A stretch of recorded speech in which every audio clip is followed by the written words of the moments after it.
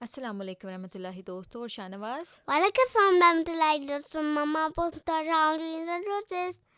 اچھا شاہنواز, آج ماما آپ کو ایک حدیث گلاب کے سلسلے میں جو حدیث سنائیں گی اس کا ٹائٹل ہے مصائب میں قبولیت دعا کا نسخہ.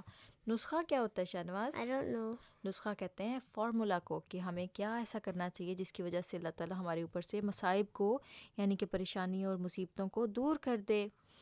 تو حضرت ابو ہریرہ رضی اللہ تعالیٰ عنہ جو حضور صلی اللہ علیہ وسلم کے صحابی تھے نا, صحابی کا پتہ ہے نا کیا ہوتے ہیں؟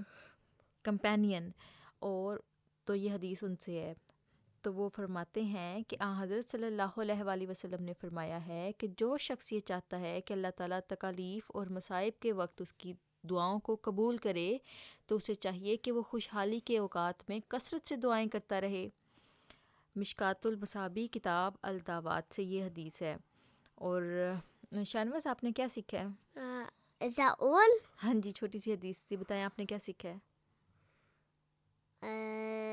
نہیں نا سنی غور سے, ماما دوبارہ بتاتی ہیں. حضور صلی اللہ علیہ وسلم نے فرمایا کہ اگر کسی کے اوپر کوئی مصیبت آئے اور تکلیف آئے اور آپ چاہتے ہو کہ اللہ تعالیٰ اس وقت آپ کی دعاؤں کو قبول کرے تو اس وقت آپ کو بتاؤں کیا کرنا چاہیے.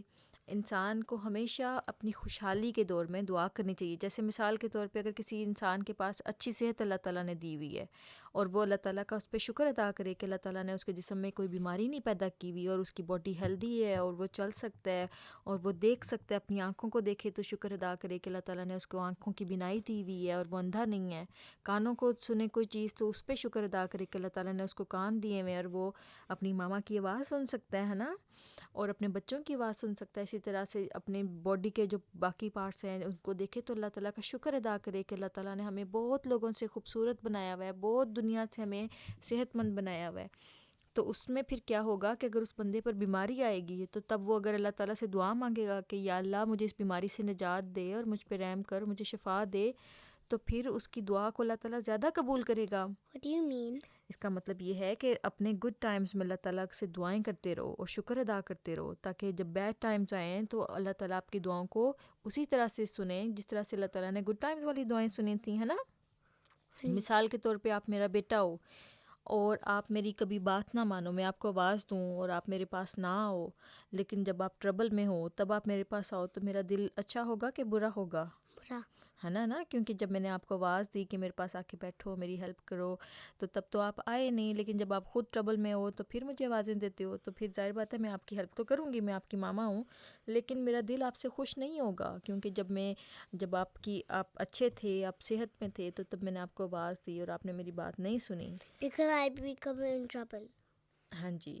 تو امید کرتے ہیں ہمارے دوستوں کو یہ چھوٹی سی پیاری سی حدیث سمجھ میں آئی ہوگی کہ کس طرح سے حضور صلی اللہ علیہ وسلم نے ہمیں ایک چھوٹا سا اتنا اچھا ٹوٹکا بتایا کہ تم اللہ تعالیٰ کو اپنے اچھے وقتوں میں یاد کرو اور اللہ تعالیٰ تمہارے برے وقتوں میں تمہاری مصائب کو بھی دور کرے گا اور تمہاری دعاؤں کو بھی قبول کرے گا.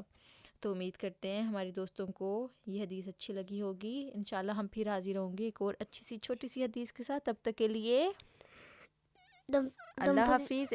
Allah Hafiz, and don't forget to subscribe my channel and leave a comment below and press the like button if you like it and share it.